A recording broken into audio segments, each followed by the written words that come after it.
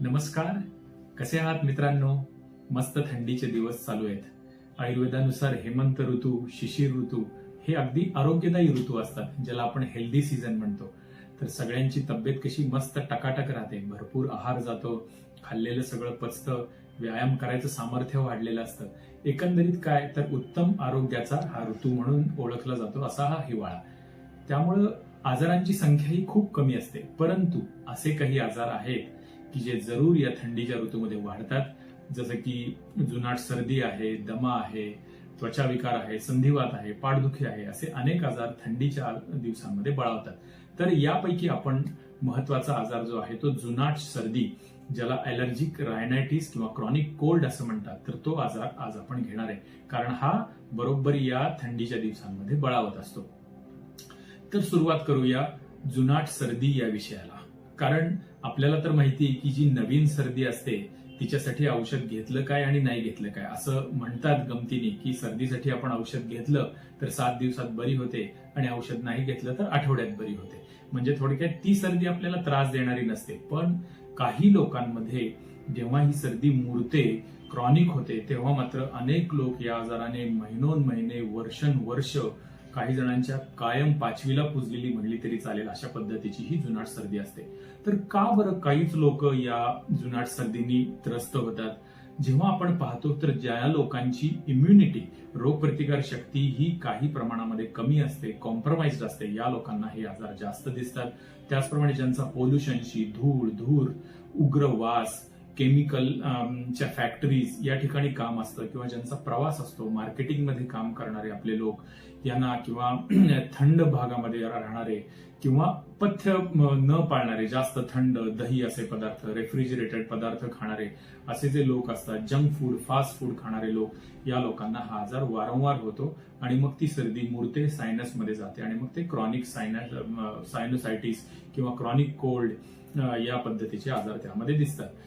तर ही झाली कारण. पण काही वेळेस मात्र ऍक्च्युअल रचनात्मक काही विकृती झालेल्या असतात आणि त्यामध्ये होणारी सर्दी ही आणखीन जास्त त्रासदायक होते. जसं की आपण ऐकतो की नाकामध्ये मांस वाढलेला असतं, ज्याला हायपरट्रॉफी टर्बिनेट म्हणतात, किंवा नाकामध्ये पॉलिप्स येतात, जसा मुळवेलीचा कोंब असतो त्याप्रमाणे नाकामध्ये सुद्धा अर्श, ज्याला आयुर्वेदामध्ये नासार्श असं म्हणतात, त्याची उत्पत्ती होते.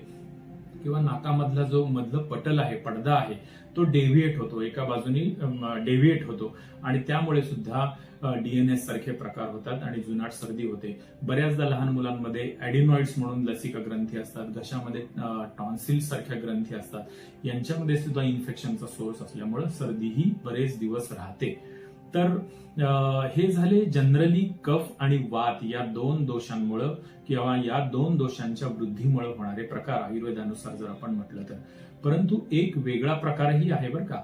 तो बऱ्याचदा रुग्णांकडून, काही वेळेस वैद्यांकडून, डॉक्टरांकडूनही थोडा दुर्लक्षित होतो. तो म्हणजे उष्णतेची सर्दी.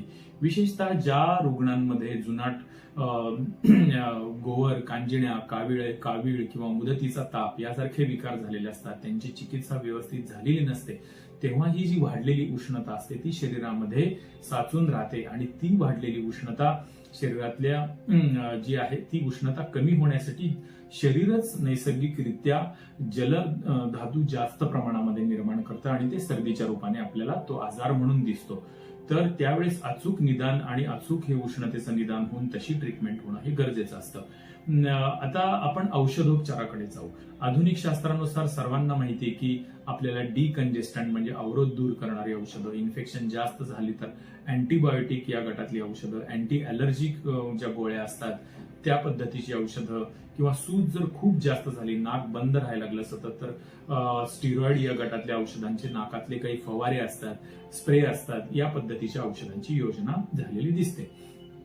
वेगवेगळ्या प्रकारचे ड्रॉप्स नाकामध्ये सोडण्यासाठी दिले जातात आणि खरी लोकांकडून चूक होते ते इथंच होते की डॉक्टरांनी दिलेले ड्रॉप हे ठराविक कालावधीसाठी असतात, परंतु त्यांनी बरं वाटतंय म्हणून मनानेच ओव्हर द काउंटर ती ड्रॉप्स नाकामध्ये लोक टाकत राहतात आणि काही दिवसांनी त्याची सवय पडते.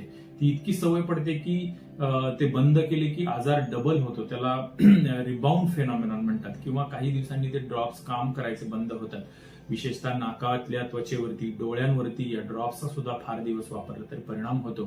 तर अशा पद्धतीने मग तो रुग्ण या दुष्टचक्रामध्ये वापरले तरी त्रास, नाही वापरले तरी त्रास, आणि ही सर्दी जुनाट स्वरूपामध्ये शरीरामध्ये मुरून जाते. तर अशा पद्धतीने जेव्हा वेळ येते तेव्हा रुग्ण आयुर्वेदाकडे फार मोठ्या आशेने येतो, आणि त्यामध्ये व्यक्ती सापेक्ष दृष्टिकोन आयुर्वेदामध्ये असल्यामुळे की आजार हा कशामुळे झाला हे पाहून त्या जोगती ट्रीटमेंट करायची पद्धत असल्यामुळे अचूकता त्यामध्ये वाढते, आणि मुले कुठारहा म्हणजे मुळावर घाव घालून त्याची लक्षणं दूर केली जातात, आणि त्याला कायमस्वरूपी उपशम मिळू शकतो. तर आयुर्वेदामध्ये शोधन आणि शमन हे मी नेहमी सांगत आलोय, 2 अप्रोचेस ट्रीटमेंटमध्ये असतात. तर आपण शोधन उपचार जे आहेत किंवा त्याला पूरक जे उपचार आहेत त्यामध्ये स्नेहन, स्वेदन, लेपचिकित्सा, नस्य चिकित्सा हे उपाय येतात. तर स्नेहन कशासाठी करायचंय, तर जेव्हा सर्दी जुनाट होते, मुरते, तेव्हा आपल्या आजूबाजूचे नाकाच्या आजूबाजूला वेगवेगळ्या पोकळ्या असतात. आपल्याला माहिती या नाकाच्या बाजूला असतात, कपाळामध्ये असतात. तर या पोकळ्यांमध्ये तो कफ साचून राहतो आणि त्यामध्ये इन्फेक्शन होतं. तो त्या पोकळ्यांमधून तो कफ बाहेर पडत नाही आणि तिथं इन्फेक्शन वाढल्यामुळे मग डोकं जड होणं, डोकं दुखणं, सतत शिंका येत राहणं, वास यायची प्रवृत्ती बंद होणं, अशा गोष्टी सुरुवात होतात. तर त्यासाठी कोमट तेल मसाज करून जर आपण सायनसेसला मसाज केला आणि नंतर हॉट फोमेंटेशन, वाफ घेतली, गरम किंवा फडकं गरम पाण्यामध्ये भिजून त्याने शेक जर दिला, तर त्याच्याने ते सायनसेस मोकळे होतात. अडकलेला जो दुष्ट कफ आम्ही आयुर्वेदामध्ये म्हणतो तो नाकामधून घशावाटे बाहेर पडतो आणि सत्वर त्यामुळे रिलीफ मिळतो. त्याचप्रमाणे लेप चिकित्सा, सुंठ म्हणा किंवा जायफळ, वेखंड यासारख्या वनस्पती उगाळून त्याचा जर गरम असा सुखद लेप इथं जर लावला तर त्यामुळे सुद्धा सायनस मधलं इन्फेक्शन कमी होतं. विशिष्ट अवस्था ओळखून षडबिंदू तेलासारखं एखादं तेल नाकामध्ये टाकलं तर नेझल म्युकोजा जो असतो तो ओव्हर सेन्सिटिव्ह झालेला असतो. मला एक सांगा, आपण सर्वच जण एकाच प्रकारच्या वातावरणामध्ये वावरत असतो, पण काही मोजक्याच लोकांना का बरं शिंका येतात, का अलर्जी होते, तर त्यांची रेस्पिरेटरी सिस्टीम, विशेषतः नाकातला आतला जो म्युकोजा आहे तर त्याची ओव्हर सेन्सिटिव्हिटी झालेली असते आणि त्यामुळं साधी जरी अलर्जी करणारी गोष्ट नाकामध्ये गेली तर त्याला प्रतिक्रिया म्हणून सूज येणं, शिंका येणं, स्त्राव होणं यासारखी लक्षणं दिसतात. तर या नस्य चिकित्सेमुळं नाकामध्ये जे आपण तेलाचे काही बिंदू सोडतो त्याच्यामुळे तिथल्या त्वचेची ओव्हर सेन्सिटिव्हिटी कमी होते आणि त्यामुळं जुनाट सर्दीचं पाऊल हे मागे मागे पडायला लागतं. आता औषधांकडे जाऊ.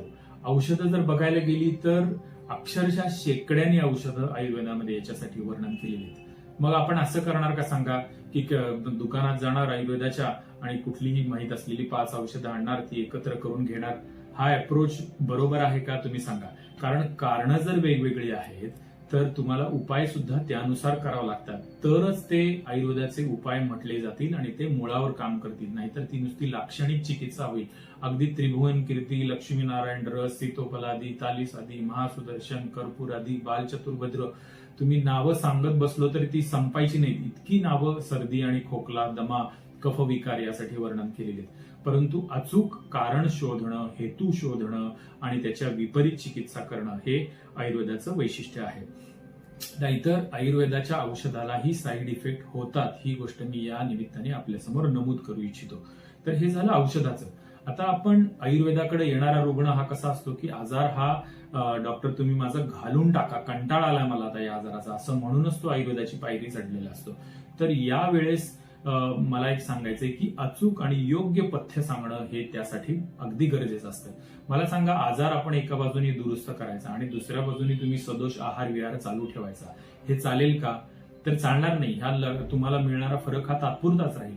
म्हणून कफ दोष किंवा वात दोष, शरीरामध्ये जलमहाभूत स्त्राव वाढवणारे जे घटक असतात त्यांचं नियंत्रण करणं हे लॉंग ड्युरेशन मध्ये रिलीफ मिळण्यासाठी अत्यंत गरजेचं आहे. त्यामुळं सलाड किंवा फळं, रसदार फळं ही एरवी आरोग्याला चांगली असतात, पण ज्यांना कफाचे विकार आहेत, सर्दीसारखे विकार आहेत, त्यांनी ह्या गोष्टींमध्ये काही दिवसांसाठी बंदीच ठेवली पाहिजे या पदार्थांवर. नाहीतर स्त्राव हे वाढतच जाणार. ठीक आहे, तुम्हाला फळं किंवा फ्रुट्स नाही ना वैद्यांनी सांगितली तर तुम्ही ड्राय फ्रुट्स खाऊ शकता, अगदी सढळ हाताने खाऊ शकता. बदाम आहे, अक्रोड, काळे मनुका, अंजीर, विशेषतः म्हटलं तर गोडंबीचं बी, यासारख्या गोष्टी ह्या पौष्टिक आहेत, तुमची रोगप्रतिकार शक्ती नक्की वाढवणाऱ्या आहेत. परंतु त्यामुळे शरीरामध्ये तुमची कफ वाढत नाही, स्त्राव वाढत नाही. त्यामुळे ह्या गोष्टी तुम्ही जरूर खा. त्याचप्रमाणे आहारामध्ये फुटाण्यासारखा एक पदार्थ आहे किंवा लाह्या. आजकाल मार्केटमध्ये सगळ्या प्रकारच्या लाह्या तुम्हाला मिळतात. अगदी नाचणीच्या मिळतात, गव्हाच्या मिळतात, तांदळाच्या मिळतात, सोयाबीनच्या मिळतात. सगळ्या लाह्या हा जो प्रकार आहे हा शरीरातले स्त्राव कमी करणार आहे. त्यामुळे त्याचा वापर तुम्ही सढळ हाताने करा. पाणी थंड अजिबात वापरू नका. खारी, खोबरं यासारख्या गोष्टी पण अगदी व्यवस्थित भरपूर वापरा. आणि 2 गोष्टी ज्या महत्वाच्या आहेत की ज्याच्याविषयी समाजामध्ये खरंच गैरसमज आहेत की दूध हे परिपूर्ण आहे, सर्व व्यक्तींनी ते दूध पिलंच पाहिजे असं नाहीये. आयुर्वेदाचा दृष्टिकोन हा फार सब्जेक्टिव्ह आहे की तुमची प्रकृती कशी आहे, त्याला ते अनुकूल आहे का नाही हे ठरवून तुम्ही तो पदार्थ योग्य अयोग्य हे ठरवायला पाहिजे. तर दुधाचे हे पदार्थ जे असतात किंवा दुग्धजन्य पदार्थ आहेत हे सरसकट तुमचा कफ दोष वाढवतात. त्यामुळे जोपर्यंत आजार चालू आहे वैद्य सांगतात तोपर्यंत दुधाचं पथ्य तुम्ही सांभाळलं पाहिजे. अगदीच लहान मुलं किंवा ज्यांचं वय वाढीचं आहे अशा मुलांना जर द्यायची वेळ आली तर त्यामध्ये थोडी सुंठ किंवा हळद टाकून घ्या. म्हणजे त्यातला कफवृद्धीचा जो दोष असतो दुधाचा तो कमी होतो. त्याचप्रमाणे आहारातले काही गोष्टी आपल्या धान्यातल्या ज्या आहेत की हुलगा ही एक गोष्ट अशी आहे, जवस आहेत की जे कफदोष कमी करतात, शरीराची ताकद वाढवतात. त्याचप्रमाणे बाजरी घ्या.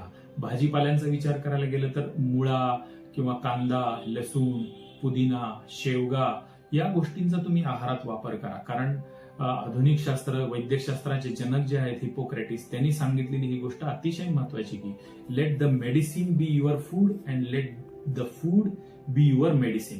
म्हणजे आपण अन्नाचीच अशा पद्धतीने योजना करायची की जणू ती औषधाप्रमाणे काम केलं पाहिजे. हे आयुर्वेदाचं बलस्थान तुम्ही या निमित्ताने नक्की समजून घ्या की आहारातल्या घटकांनी सुद्धा आपण तितक्याच प्रभावाने आजाराशी 2 हात करू शकतो. मांसाहारी लोकांना मांसरस हा सुद्धा सांगितलेला आहे. जंगल प्राण्यांचा मांसरस जो आहे हा रोगप्रतिकार शक्ती वाढवण्यासाठी आणि शरीरामध्ये कफ न वाढवता रोगप्रतिकार शक्ती वाढवण्यासाठी उपयुक्त पडतो. तर अशा पद्धतीचे सर्व समावेशक मी आपल्याला याबाबत सल्ला मसलत जीर्ण प्रतिशाय ज्याला आयुर्वेदामध्ये म्हणतात त्याविषयीची आपण केली. तर असे अनेक प्रकारचे फीडबॅक रुग्णांनी आम्हाला दिलेले असतात की वर्षांवर्षांची सर्दी अनुवंशिक म्हणजे अगदी आई वडील काका मामा आजोबांपासून सगळे पिढीजात या आजाराने त्रस्त असतात. तरी देखील औषधोपचार जर व्यवस्थित झाले, निदान परिवर्जन जर व्यवस्थित झालं तर हा आजार मुळापासून दूर होऊ शकतो. हे या निमित्ताने मी तुम्हाला ॲश्युअर करू इच्छितो. आपल्याला ही जर क्लिप आवडली असेल तर जरूर आपण आपल्या मित्रांमध्ये शेअर करावी. आणि हो, आमचं चॅनल या संबंधीच्या माहितीसाठी जरूर सबस्क्राईब करा. धन्यवाद.